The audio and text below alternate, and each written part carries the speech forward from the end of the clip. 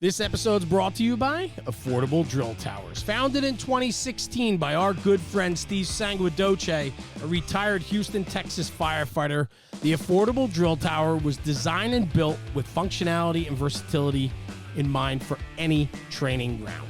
As a standalone training tower or an add-on to an existing burn building or Connex setup, the Affordable Drill Tower packs a massive punch at an affordable price tag. With over 50 towers across the country, from Massachusetts to California, Montana to Texas, professionally engineered, NFPA and ISO compliant, the Affordable Drill Towers brings the versatility to your training ground. From Main Street USA, the small town fire company in their back parking lot, to the training grounds of the largest metropolitan fire academy, the Affordable Drill Tower fits the bill for price and functionality. Check them out at affordabledrilltowers.com. And two things I like to talk about also when talking about our friends over at Affordable Drill Towers. One, their customized training program. They have the ability to bring some of the best talent from across the country to your home turf after the install of the Affordable Drill Tower. Designing a customized training program for you and your department, Steve will facilitate some of the biggest and brightest names of the American Fire Service to come in and work with you and your department. And secondly, and I think most important, is Steve's belief in need over greed. The Affordable Drill Tower company gives back to not-for-profits that support organizations in the American Fire Service. Organizations such as the Joey D Foundation, which is near and dear to Steve Sanguidoce's heart, as well as many other not-for-profits that he takes a part of. He takes great pride in providing funding for organizations that push this job forward. So check them out, Steve and Dennis over at Affordable Drill Towers. Send them an email at info@affordabledrilltowers.com. Check them out on social media, and their YouTube page is kicking butt with great information, training nuggets, and information about their towers. So check them out, Affordable Drill Towers, and let them know Jeremy over at National Fire Radio sent you. This episode's brought to you by Ridgeway Leatherworks. Ridgeway Leatherworks is a firefighter-owned and operated business, as well as a family-run business, and that's what I love about it. Rob and his family are passionate about their customer service and the quality product and craftsmanship they put out for the emergency services. Rob's been on the show. We've been to his business. We've seen them in action. I've even tried to hand paint radio straps. I promise you, it is not as easy as what the final outcome looks like. The product is so good and so clean and crisp, and yet, man, it takes that steady hand. Rob's become a near and dear friend of our podcast, and you hear that over and over when we talk about our sponsors, that they're friends, supporters, and that's what this networking community is all about, is supporting one another. Ridgeway Leatherworks, Rob Meyer, crushing it. Quality and craftsmanship is number one. Customer service is right there with it. From custom radio straps, universal radio holsters, chin straps, flashlight holders, anti-sway straps, and locker tags made out of leather, there's plenty of opportunity along the way when you deal with Ridgeway Leatherworks. So check them out at ridgewayleatherworks.com. Find them on social media, Instagram, Facebook, and TikTok. And tell Rob you heard about him on the National Fire Radio platform, and give him a little plug and tell him keep up the good work. We need to support our firefighter-owned businesses, and especially family-run businesses, where his two daughters and his wife help out day in and day out along with his other employees. So again, Ridgeway Leatherworks, check them out at ridgewayleatherworks.com and find them on all your social media channels. Hey everyone, Jeremy, National Fire Radio, back on the podcast today. John, my man John from the American Fire Brigade, on Instagram. This is what's really cool about what I get to do, John. Let me explain. The podcast, I get to interview anybody I want. Anybody that stands out to me, whether it's somebody that has nothing to do with the fire service up to the saltiest dudes in the world that have been firemen for 150 years, and I get to interview them too. And then everybody in between. And like the in-between is the fun stuff. For you, this is why I wanted you on today. You run an Instagram page called American Fire Brigade. You guys put out cool swag, hats, shirts, things like that. But you also do a lot of like creative stuff of firefighting content on Instagram, a lot of green screen stuff. It's fun, man. I love what you're doing because we're supposed to be having fun doing this. I mean, it's a career, it's important, but shit, we got to have fun while we do it, no? Yeah, that's why we went to it, right? I mean, 9 to 5 in an office. I don't think any of us can handle that. No. We all know the movie. The boss walking around with the cup. We can't do that. We joined this job not because we wanted to have a boring job. So why not? And we laugh in the fire station all day long. Why not laugh on Instagram too with the same jokes? Yeah, I mean, for sure. And to share that, it's infectious, man. I love watching these comedy pages that represent the emergency services because a lot of them are done in good taste and it's clean taste. You know what I mean? So like you can bring in that next generation, that younger, your kids and so on, and let them be a part of it to see that there is a fun side to this. It's not just all business. There's enjoyment here too. Yeah, I think we all know that fire station humor is a big part of the job. Yeah. And I like to bring that out a little bit. And I also bring a little bit of I grew up watching a little too many movies. And I know them all by heart, and I like bringing them and using them in memes. And someone told me a while back that I am bridging the gap between the older I love firefighters that. and the younger ones. Yeah. I didn't even really think of it that way, but like using Spaceballs references and Griswold references and all those cheesy stuff that I enjoy is bringing our culture to their culture. So you got the captain saying, "Oh, you don't know that movie? Let's watch that movie tonight if we have time." Right, and that's an accidental thing that I did that I'm enjoying. So what are you, mid 40s? Not to age you. Where do you fall in the age group? That's what I, 39. I haven't hit 39. 40 yet. Okay. The reason why I say that, I'm 46, and you just named Spaceballs and a few others that are just, they're everything to me, man. That was my like teenage years growing up watching incredible 80s and 90s humors. I mean, the comedic movies don't exist anymore like they used to, man. Yeah, Mel Brooks. You Yeah. got Richard Pryor, Gene Wilder. Watching all that stuff. I mean, Eddie Murphy back in the day. All that stuff is. I don't really see it. I mean, Will Ferrell has a lot of hits of it too. I mean, No but doubt. it's hard to find the edgy movies like back then, and they Yeah. were funny, and they did it well. And they And could get away I with shit always, back then too. You know what I mean? That it was found to be comedic. And nowadays people shy away from any controversial comedy, you know? mhm. Well, quite frankly, cheesy as it sounds, it's real. America is comedy. We are on the weekends. You make fun of the president. You make fun of him. They roast him on Silent Live. They roast him all week, and that's all right.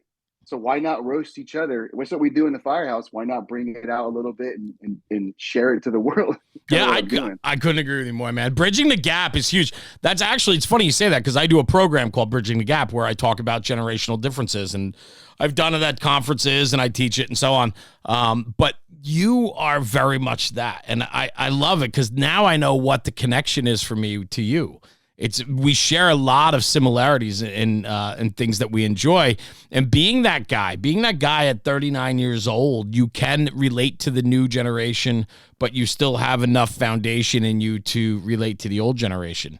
To be able to bridge that gap is hugely important, especially in the fire service where it's starting to trend younger and younger, and we still have a couple old guys hanging on. We need to make sure we keep them as long as we can, and we need somebody to broker that conversation.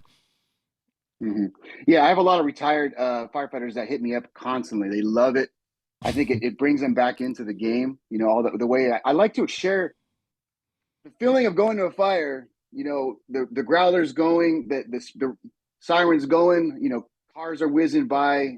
That feeling, and then adding a little bit of like ACDC or something. I like to try to share that experience. And I think the retired guys, they tell me, they're like, dude, you got to quit doing that stuff early in the morning because you're kind of getting me You get me going. going And here. that's another thing I like to share. I like to share. I think I watched a little too much, movies back with like Lethal Weapon, like all that Yeah. stuff. Like I watched a little too many of those '80s action movies, and I think I accidentally it comes out of me a lot with these videos, with the way I edit them and everything. And that was an accidental and something I'm enjoying the hell out of. I didn't even think I'd enjoy editing videos. Well, how did you get But here? I mean, how did you got 120,000 followers on Instagram? Your stuff is hilarious. Where did it all start, man? How'd you get to that? it's a little bit of an accident. I mean, that's what they say, right? I mean, I almost lost an eye on the job. We Mm, got to a fire, and I was first in, so I went to the back to find out what it was. It was really nothing. I ended up next to a window, and the window, it's weird. It had like a little bit of fire. I don't know if I hit it with my helmet, but it took out one of my eyes.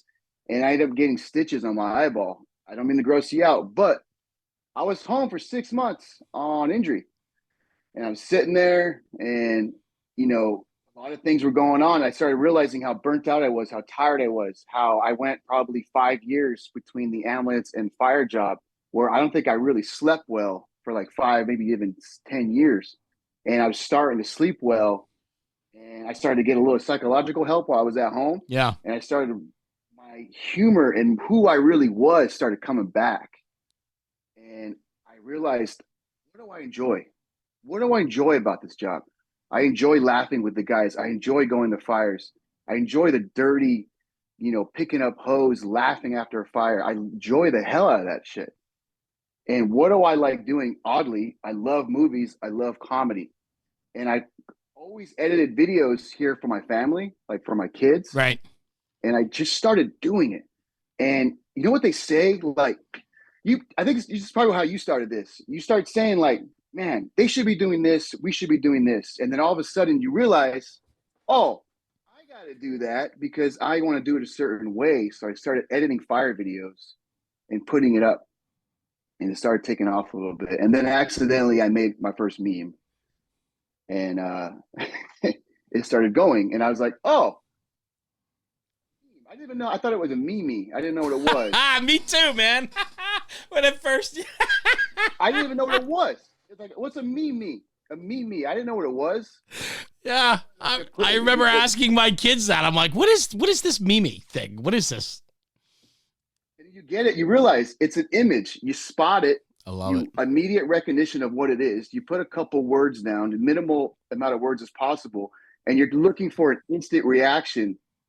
And I liked it. It was funny. And all I did, I think, at the time was, it was Kevin Hart kind of doing one of right these looks, and it always said was, when the phone rings in the morning and you're number one on the Mando list. And another culture that I accidentally tapped into that I didn't realize was so prevalent in the fire service today, the Mando culture. It was an accident, and it was part of my life at the time, and I wasn't hating on it. I was just sharing my life in a funny way. Bro, that's one of my notes here that I have for you, is to go down that road to talk about the world of Mando, man. Because it's just so funny to me, that, like, hammering it, and it relates with so many, though. That's the thing, right? Yeah. It's like when the phone rings, like you just said, it's like, what? Like, it's just, it's so funny. And that's what I like about it, right? Is like you touch on today's culture through comedy.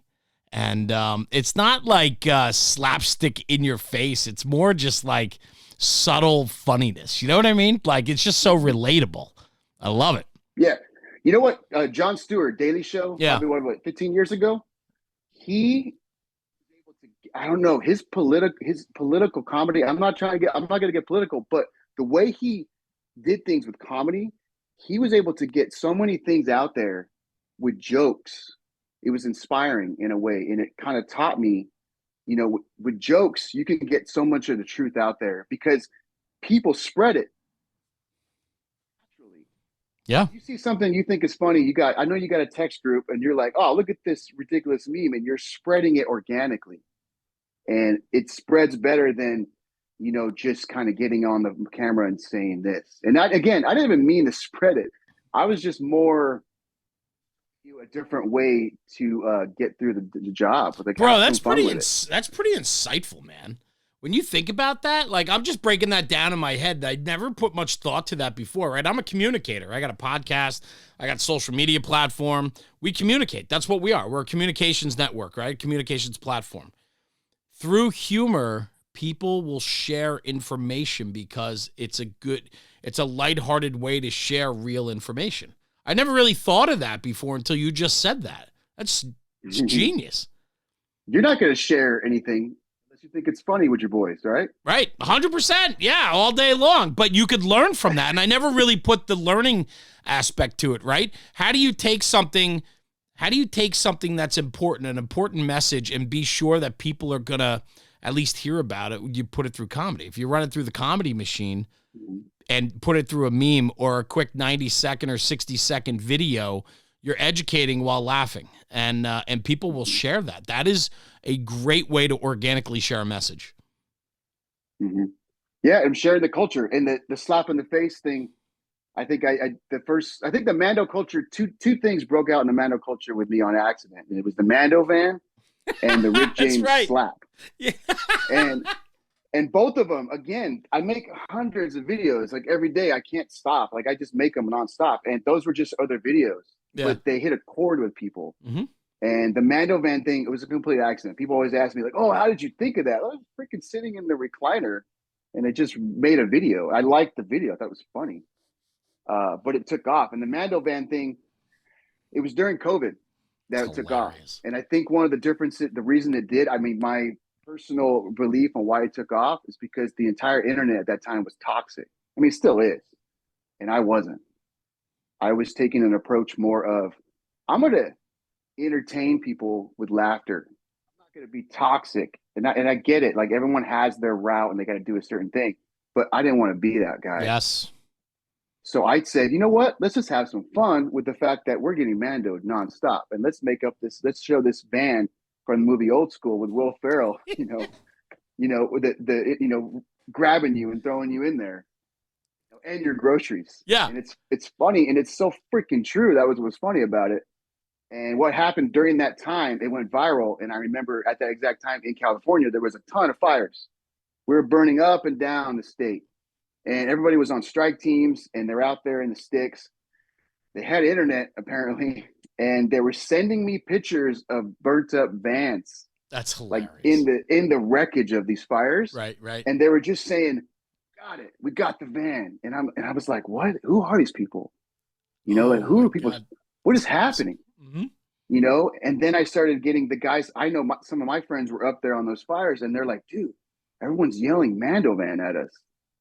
And everyone's like having a good time, and they're asking they're asking us if we know you, and it was freaking weird for me Yeah. because I was like, what? Yeah. And then I realized like, oh, this is hitting a nerve, and I think it's entertaining the people. I like this. I can keep doing this entertaining thing. It's fun. It's easy. And You just said it. You had crews up in the hills fighting. I mean, you got guys all over, right? Being put all over the state fighting fires, and they're finding a little slice of humor in it because of you. Mm-hmm. It goes a long way, right? It goes a long way for the morale, right? It goes a long way for guys wanting to just have a laugh after 12 hours of back-breaking work. You know what I mean? Like, that's great, it's pretty man. perfect. I loved it. Yeah. I realized that I was put into that, job. Like, oh, I can do this. Yeah. I can do this. And I started pulling into the back of the brain with all the movies, and I just started flowing with it. And they don't all do well, right? But who cares? Yeah. Let me go ahead, please. I know Spaceballs doesn't always do well when I do it, but I like it. I don't care. Spaceball one's gone plaid. Spaceballs is just a classic, an absolute classic. Let me ask you this. You talked about, I want to get serious for half a second, because this is really interesting to me, talking about the lightheartedness in your approach and so on. But you talked just a little bit ago about your injury put you on the sideline for 6 months, and you had time to focus on yourself. And you realized that, you weren't the guy that you wanted to be, right? The job was taking its toll on you. And that time out gave you the ability to refocus and figure out what was good about the job, which is what then got you onto this place today, right? So talking about all that and being mandoed and working nonstop and all of that. I mean, it just to refocus, to have that opportunity. It took an injury for you to refocus, but I'm so glad you did, right? And I'm sure for your own career and own well-being, it was probably a welcomed refocus for you. I was strung out. I didn't even know it. Yeah. I was going day to day. I wasn't enjoying the little things, and I didn't even know it. I was going from adrenaline rush to adrenaline rush, and those were fun to me. A lot of caffeine. Going to fires. And I still love that, but if you can't relax, if you're not getting sleep, you start getting strung out and you start getting depressed. And I realized at home, I wasn't the same husband, father, fun guy that I was, 10 years ago. And I didn't even know it until I got injured. I'm thankful that I got injured. My entire life has changed from that injury. And during that injury, I was sitting on one of my couches, and it's when I realized, like, I might not be able to go back to the job. It's kind of realizing I don't know if they allow eye patch. I didn't know if I could be a pirate on the job. I didn't know, and I thought, well, this may be the It was actually in October too, so that was kind of convenient. I had an eye patch. Yeah, it was a great costume. Yeah, little did they know that your eye was literally hanging out, right? God. Yeah, I was sitting at home and I was listening to a podcast, as a matter of fact, and it's from another firefighter I work with, in Ben Vernon. He got stabbed on the job, almost died, and he went through a harrowing psychological and physical issues where he was thinking about suicide, and he had got help, and he was talking about this on the podcast, and I never got to that point, but I definitely was having some issues, and that's when I called for help. I think that night I called the number. Where I work here, we have something called Refocus, and you can call this number and they just take care of you, no questions asked. And they did an amazing job. And that's just in my area. I think that all fire departments, if they don't, they should have a number to call. I think they do. I know that we have a couple organizations nationwide that do. But anyway, I called and I got help right away. And I went in, and the worst thing about it was just leading up to the appointment. It was rough. And once I went through that appointment, it was funny. My doctor, or whoever you want to call him, he told me, he's like, you know what, when you go home today,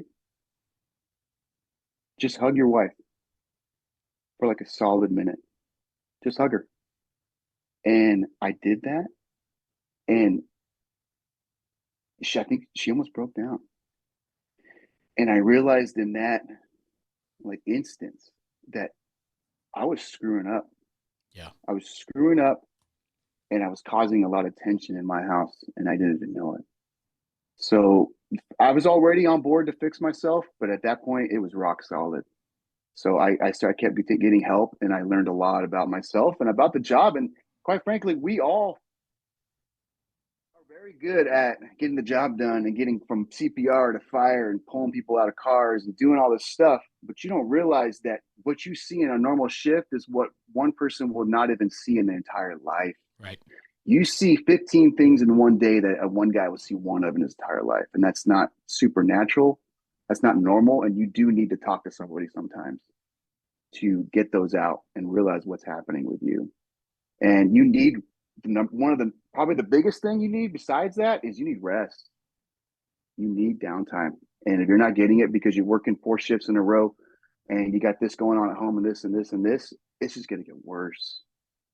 And it's not good. And that's what I learned about myself. And one of the things that came out of it was my humor. My humor came back, and the Brigade was born. Thank you for sharing that. I mean, there's so many people that message will resonate with them, and other people that probably haven't even realized, just like you said you didn't at first. You didn't realize what it was doing to you and to the people around you. But it is from myself looking from the outside in and seeing what you're doing and seeing the smile on your face today as we talk and so on, to have that renewed, that second chance, if you will, or just that refocus to see what's important and what you need to do to be able to get yourself in a good place on an everyday basis. It's huge, man. It's absolutely huge. I appreciate you sharing that story. Truly. Yeah. Yeah. Protect your days off. That's what I do now. What do you mean by that? Day off. What do you mean by that? Protect your days off. What do I mean by that? You know what? I got it from doing it, but I saw Rock randomly, and that man is super busy. He's doing 1,100 things, right? And who is that? He said The Rock. The Rock. Okay. Dwayne Johnson. Right. Got it. Dwayne if Johnson. You smell what The Rock is cooking. God. Sorry, man. I'm a wrestling guy too from years ago, right? Well, I could do the the one eyebrow. Well done, sir. That's the people's eyebrow, by the way. Yeah, protect your days off to me means I enjoy pickleball. I enjoy going home. I enjoy my rest at night. It's So your time. if I have a 4 day days off coming off on the stretch, um, make sure you figure it out. I mean, if you're going to get Mandoed, figure out how to get those days off, and don't schedule too much stuff in it. Like for me with the Brigade, it's a lot of stuff going on. Like, don't schedule too many podcasts. Don't get too far into it. Make sure you get your rest. Make sure you get your workouts, your pickleball, whatever it is you like to do. Make sure you're doing it. Yeah. That is what makes you sane in the instance. Everyone has their thing. Make sure you're doing it. And that's what protect your days off means to me. Like, make sure you have your days off. The job's there. If you're lucky enough to get this job, great. But you don't need to do it every day. You're going to enjoy it when you're there more if you protect your days off. I always say, if you're good, to be good in the firehouse, you got to be good in life. You gotta be in a good place, and if you're not, it comes through on the job and also comes through at home. And, Definitely. that is protect your days off. I wrote that down, circled it, underlined it. I think it's really important. I think that's a very solid message that you gotta, it's not a selfish thing, but you have to focus on yourself at times, and you have to stay grounded within what you need and want for your own life. Because if you don't get what you need, you're not going to be able to be yourself or be able to perform. Yeah. And that's what I learned in therapy. And that's what you just communicate with your wife. You communicate like, look, I know you got this and I got this. I need this. Yep. And let's try to work it out. Yeah. And you're a team. That's what marriage is. That's what life is. You're a team. So I did that. And now I'm getting pretty good at pickleball. Starting to get that top spin. I was playing for a while. But the guy I played with all the time, he's been so busy, so we haven't got out. I actually enjoyed it. I enjoyed it a lot. I just haven't played in probably 2 months now. But I miss it for sure. You wear high tops? When I play, no. I do not wear high tops now. Do you? I have a thing. I have a joke coming. I think I don't know. I don't know what your rank is, but I noticed the Chiefs, when they play with us, they always wear high tops. I'm just waiting for them to pull that little pump. You remember the pump? Like the old. Hold on, guys. Yeah. Hold on, guys. The whole Reebok pump, man. Do you remember that with the little basketballs or on the tongue? Like, everyone, hold on. Yep. And he just. I love it. I love it, man. I'm so grateful for this because it's to know your story now a little bit more and to understand, that you went through some hard times to find your way in your place of where you are today must just be that much more enjoyable for you to really look back and think that, you could have really went down a different path, but you were able to find your way. And because of that, you're now sharing and spreading and making light of an industry of the fire service that can be very challenging and tough at times. And you've been able to take what you've learned and now share it with such a broad audience. This episode's brought to you by Taylor's Tins. Taylor and his crew at Taylor's Tins have been manufacturing aluminum helmet fronts since 2017 with over 200,000 tins in the market. They are a leader in the helmet front space. Custom design, one-offs to department orders, they can turn them around within 24 to 48 hours. Customer service is what they pride themselves on, and they provide nothing but top-shelf product and service to their customers. Check them out at taylorstins.com and check out their full line of product offering.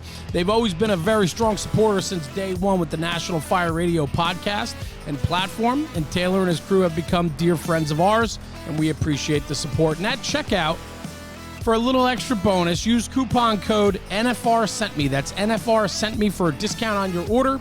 Exclusions do apply.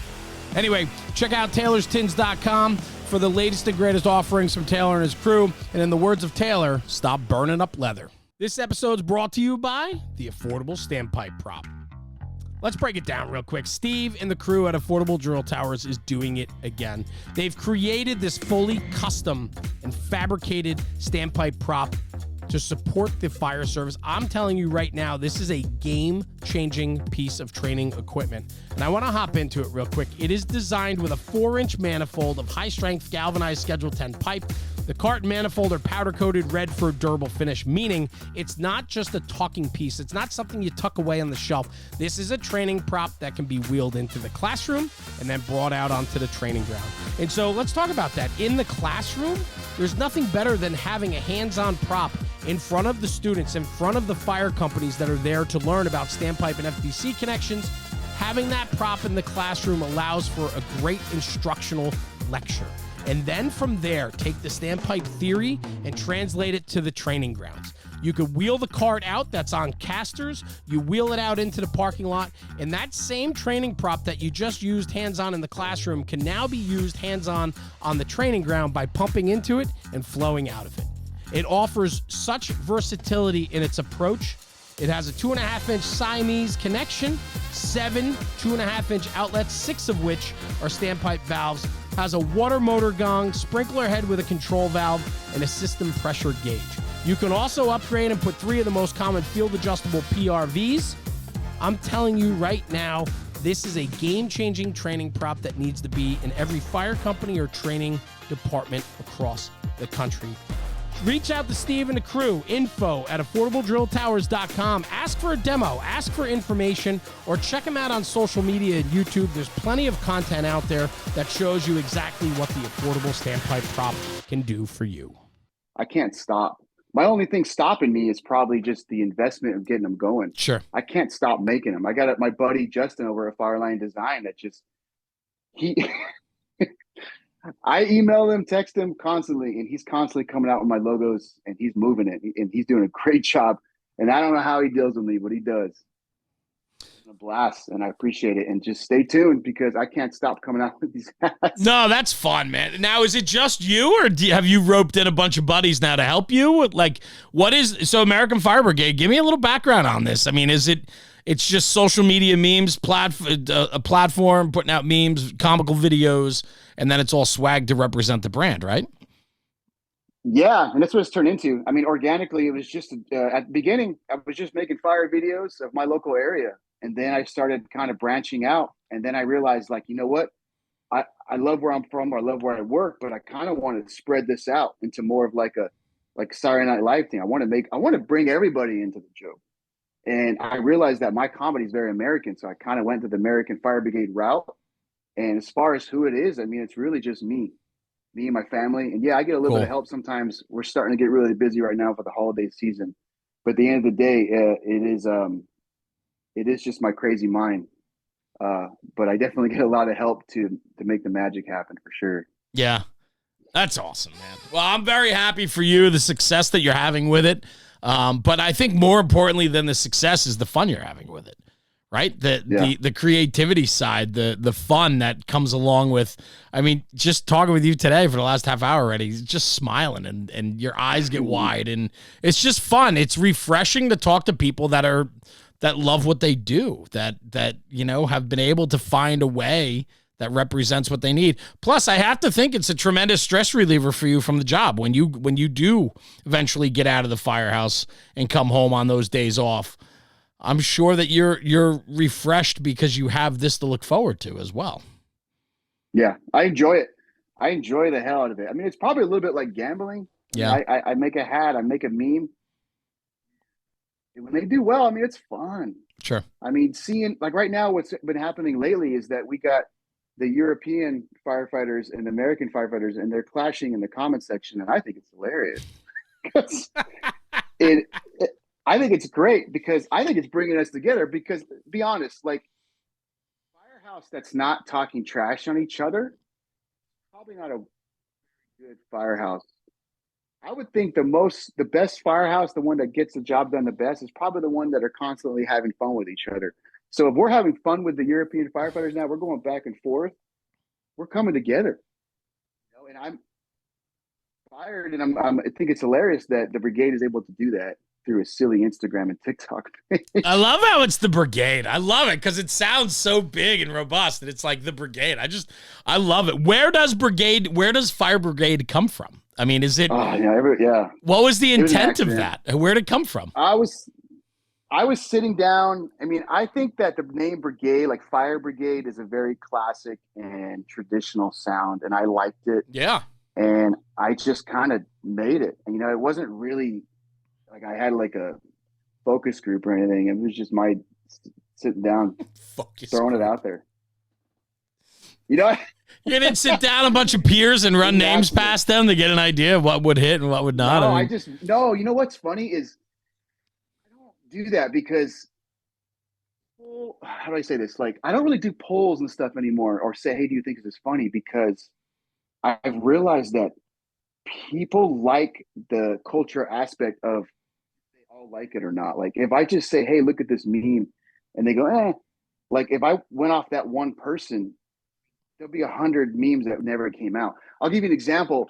The Conan one with the Arnold Schwarzenegger, where he's swinging the axe. Right. He's swinging the axe, and he's basically a 2-year firefighter in the mirror, and he's saying, "I'm going to get my leathers. I'm going to get my Toyota Tacoma.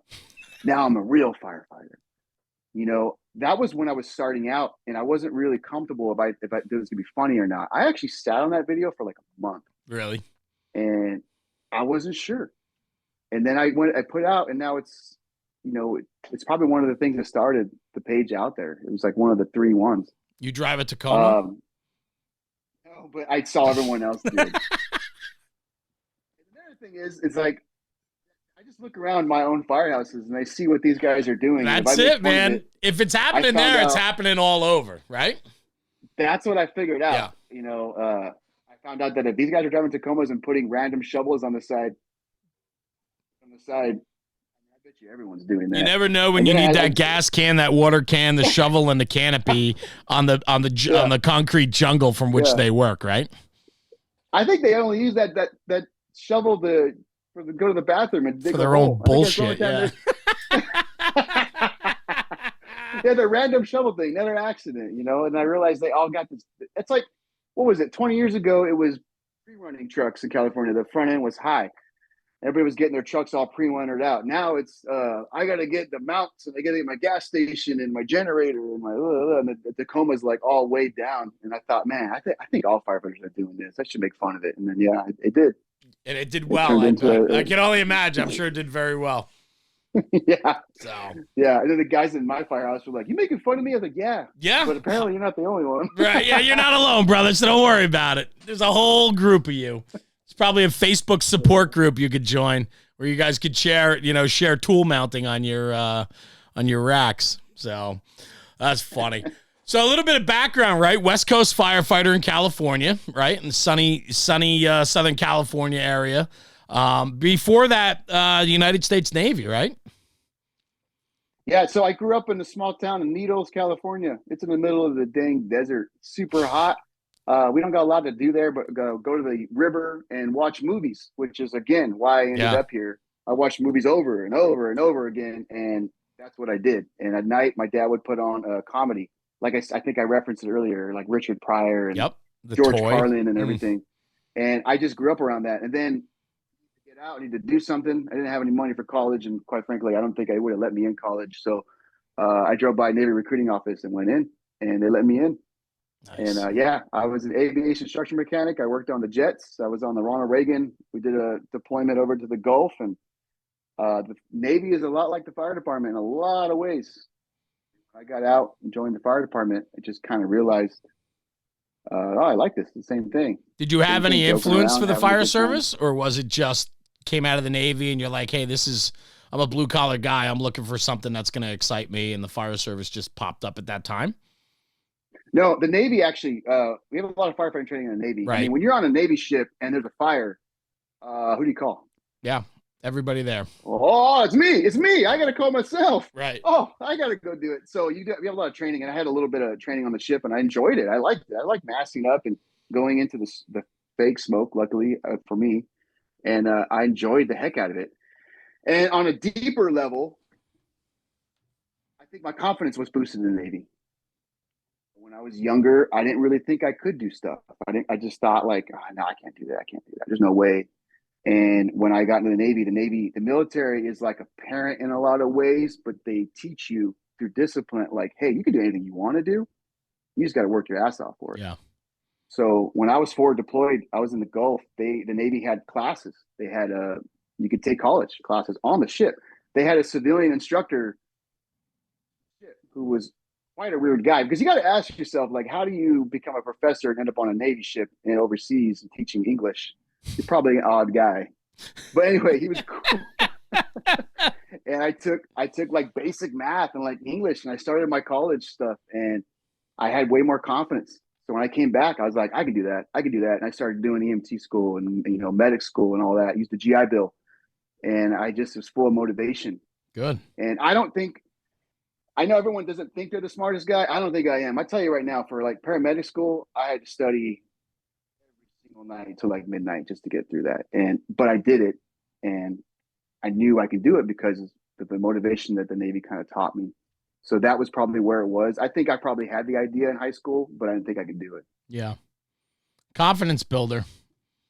Mm-hmm. Yeah. How many years did you serve? Started my thoughts. Oh, just 4. 4 years. I just did my 4-year term, got out and used a GI Bill. Awesome. So then I did memes. Now I do memes. Now I do memes. That's cool. That's cool. So how long have you been a fireman then? How many years you been in the fire service 10. now? 10 years? Okay. Yeah, so I did 4 in the Navy, 10 years in the fire department now.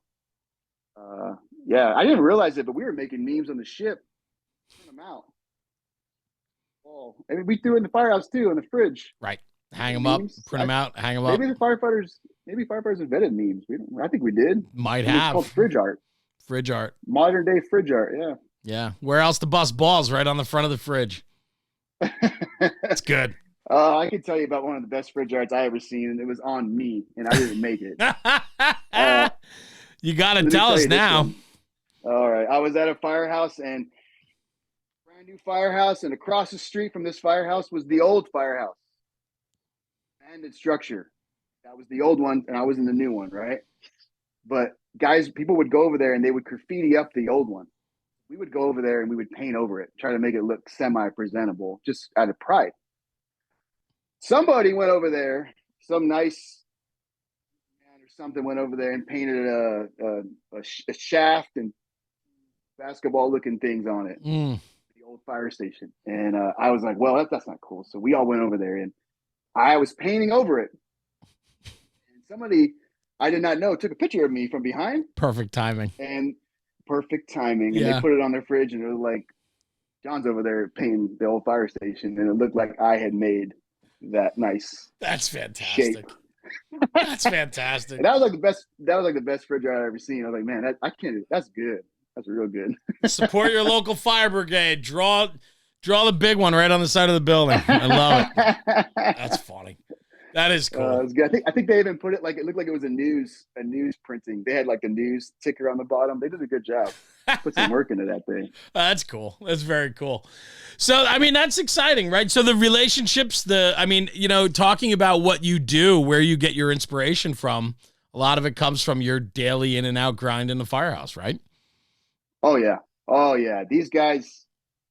And do they all know? Do they obviously they all know what you're up to, right? Because now you're putting your face to it, right? So you're doing these green screen videos where you pop up and you're putting your insights in and your ideas and your thoughts and so on, right? So that's kind of fun because it's a video on the, on Instagram that you'll green screen over, put your face on it and talk about it. And I just enjoy a lot of that. But now you own it. I mean, you put your face on it. You own this stuff that you're putting out.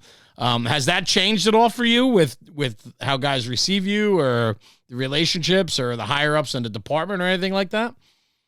No, actually, it's very, very positive. Yeah, good. Enjoys the heck out of it. I just did some big live fire training yesterday with a bunch of my department, and I got nothing but praise. It was fun, and they're even saying like, "Oh, you got to come do one of these," and I was like, "Oh, yeah, right. You're gonna need more fire." No, but it was great. And I told them that, I'm getting a pretty positive reaction, and I'm fun with it. With the whole green screening thing, my plan is just to basically do the same thing I did with the Brigade and memes. Put some of the funny movie references up if I could think of them. Yeah. And just have fun with it. And I noticed that when I'm having fun with things, they spread. Yeah. And it keeps going. Well, it's genuine, right? Yeah. And what I noticed too, and I actually told me this before. Actually, when I'm at work, whenever I'm around firehouses, these guys, these firefighters, these ladies, gents, whatever, they always wanted team ideas.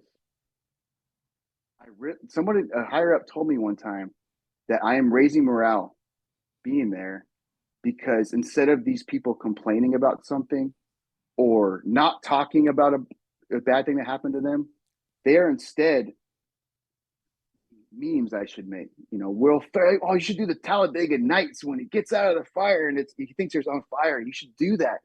And they're having fun. They're laughing on the rig, and they're doing that instead of being negative. Right. And it's hilarious to me that I am a positive influence, apparently.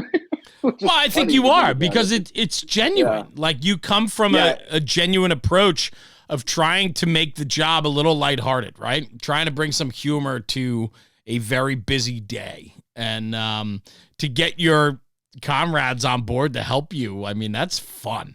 Right? I mean, the comedy that must go on. I mean, it's going to happen regardless, whether you have the American Fire Brigade page or not.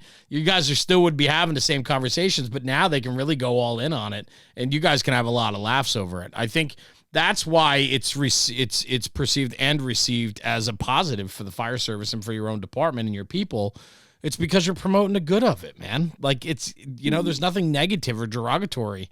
It's all on the up and up. It's all trying to make it just a little bit better, a little bit more manageable, palatable for all of us, Mm-hmm. Yeah, very cool. So what's next for you, man? What's on the horizon? Oh, man, I'm day to day. I don't have a very good plan. I just I just get the hats in and keep moving and make the videos. I made 3 videos today. I'm pretty day to day. I'm not really good on. Apparently, as a business, you're supposed to have a 5-year plan. I don't got one. I'll tell you right now. Yeah, well, you don't need I'm one. just gonna do the green screen and have fun with it and let it spread, and keep going with it. Yeah. Make sure that I'm protecting my days off. I love that, man. I think that, if anything, is the theme of what this is all about. Protect your days off. And, I'm grateful that we got together today to just chat a little bit, because your story resonates, man. Your message there, powerful stuff, that you recognize that you needed to change direction. And I think there's a lot of people out there that are afraid of that, to have that conversation with themselves, because they don't know what it looks like. And I think that it takes a lot of courage to be able to recognize that and then want to make yourself better. But look at what comes from that. Like, you have something today that, like, years ago you didn't have, and what you have today is something that powers you through every single day, right? I mean, it's awesome. It's 24/7. It's awesome. I can't stop. I the memes, the videos, the hats, everything. It's nonstop. The ideas are constantly. My phone is full of stuff, and it's good. It's a good time. And my also constant text messages from guys telling me their ideas or sending me their videos, and I freaking love it. I love being able to be that guy to bring a little humor to their day. Yeah.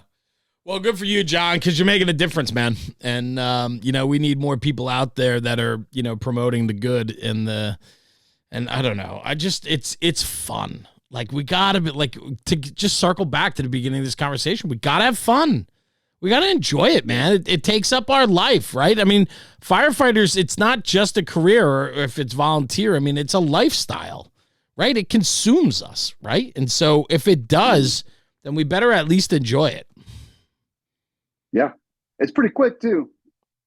It's pretty fast. I'm already 10 years in. I feel like started, but then I got these guys, these newer firefighters who don't know my movie references already. I'm already like the older guy, and the grays are starting to pop out in the side of the head, and I'm like, holy heck, that happened fast. You either got work to do by starting to watch some more current movies. You got to start getting into the more current stuff. And if not, you better retain a younger guy to get him on the brigade with you, because you're going to need those references soon, because soon enough, nobody's going to get them. They're just not.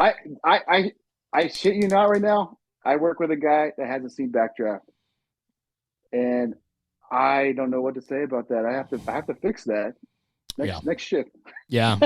Yeah. You're going to be sitting down and watching that at dinner. No doubt. But I mean, I just think about it. You're You're 100% right, though. I mean, I just think of all those. You mentioned Lethal Weapon before, right? Like, just the 80s action movies, the comedies. Like, it was just such a good time for movies. And I watch, my youngest is now 15, and I try to make them watch these movies with me, and some of them, they just don't get, man. They're like, why is this funny? I'm like, how is it not funny? I don't understand, you know? Yeah, that's another topic. So our attention span, even mine, is, I don't know. There's some national study I Googled one time, and they said most people's attention span is 2 seconds. You know what firefighters are? I think it's half a second. Yeah, right, half a second. And I think firefighters and cops and everybody in the first responder, nurses, I think our attention span is half a second. The reason I think that is because when we're at the fire station, you're talking to somebody, you're thinking about dinner, you're answering the phone, boom, you got a call. Yeah. CPR, you're talking to the family, you're talking to the hospital, you're talking to the PD, you're driving, now you're routing. Then you're back at the station. Oh, what are we making? Your attention span is so small because every time you get focused on something, the tones go off. Yeah, you're going somewhere else. Now you're solving that problem. Mm-hmm. Let's solve this problem. We're going to complex problem solve. Oh, let's go back to what we're going to put on the chicken tonight. Our attention span is crap. And even me, I put those movies on. I put the Goonies on the other day. Goonies. It started so slow. Yeah, it started so slow. They had to do the credits for so long. I was like, I don't need to know who was holding the microphone on the left side. I don't need to know that. Just start the movie. So I kind of understand them because I have a 15-year-old too. I get it. And I don't know if we're ever going to get them to really watch it. No. I think. No, but you can educate. Bro, you can educate through your short clips, man. This is where you come in. Absolutely. It is. So if you ever notice the way I do things, the first second and a half, there's the explosion. The biggest thing happens right then. And I'm grabbing them. I'm grabbing them with the best part. And then I'm going back to why that's the best part. And you're right. It's funny you say that because I've had this conversation with recruiters before. I try to tell them, you're trying to talk to these 15, 20-year-old kids. Their attention span is horrible. You can't just start talking to them about why the job is good and you should join this job. Right. You have to smack them in the face with an explosion and put some cool music over it. You have to. Yes. I mean, like Lethal Weapon or any of those movies that we are just embedded with, they did start out slow, but they had some good-ass parts in the movie when they were getting going. Like all the Arnold movies, Last Action Hero. So I am looping you in on another episode with us. So I did an episode a while back with Pip. This guy Pip runs our podcast for us called The Size Up, which is health, wellness, and lifestyle podcast that he does on our platform. And we did a movie episode, just he and I, just going back and forth on the movies that shaped us growing up. He's like the same age as I am.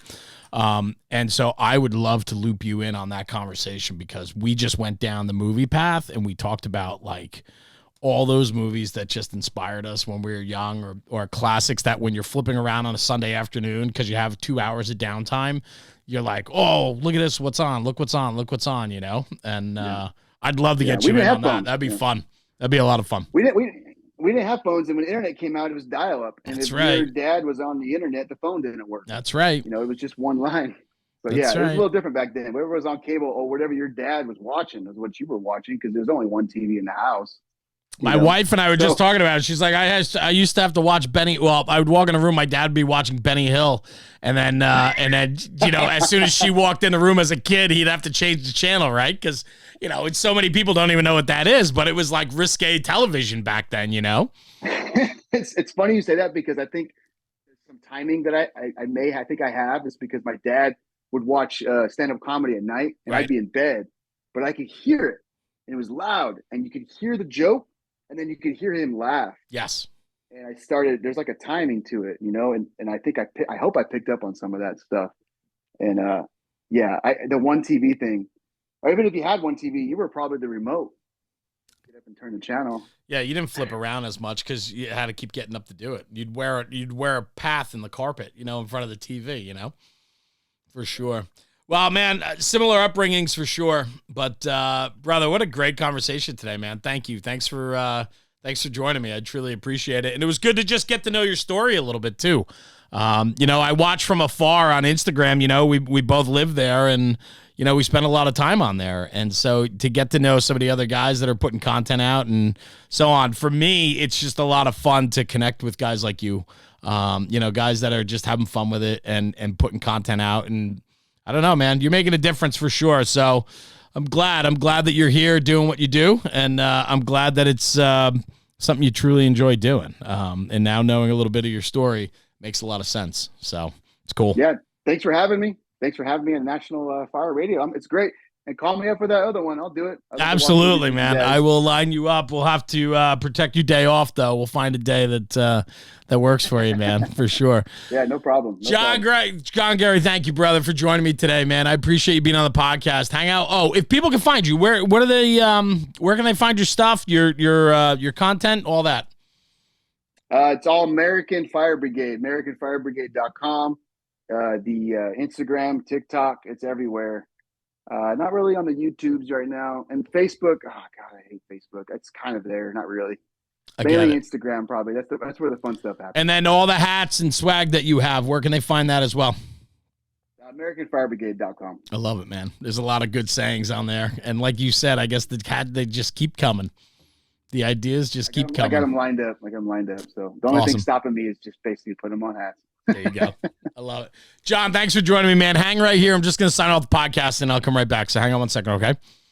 Okay. Guys, thanks for tuning in for another episode of the National Fire Radio podcast. Check out the American Fire Brigade. They are doing awesome things for the fire service. Lighthearted approach to some serious stuff sometimes. Sometimes you just got to unwind and then have some laughs. So check them out and do me a favor. Take this conversation, take it back to the firehouse and talk about it, because when we're talking about the job, we're making the job better. We'll see you at the next one.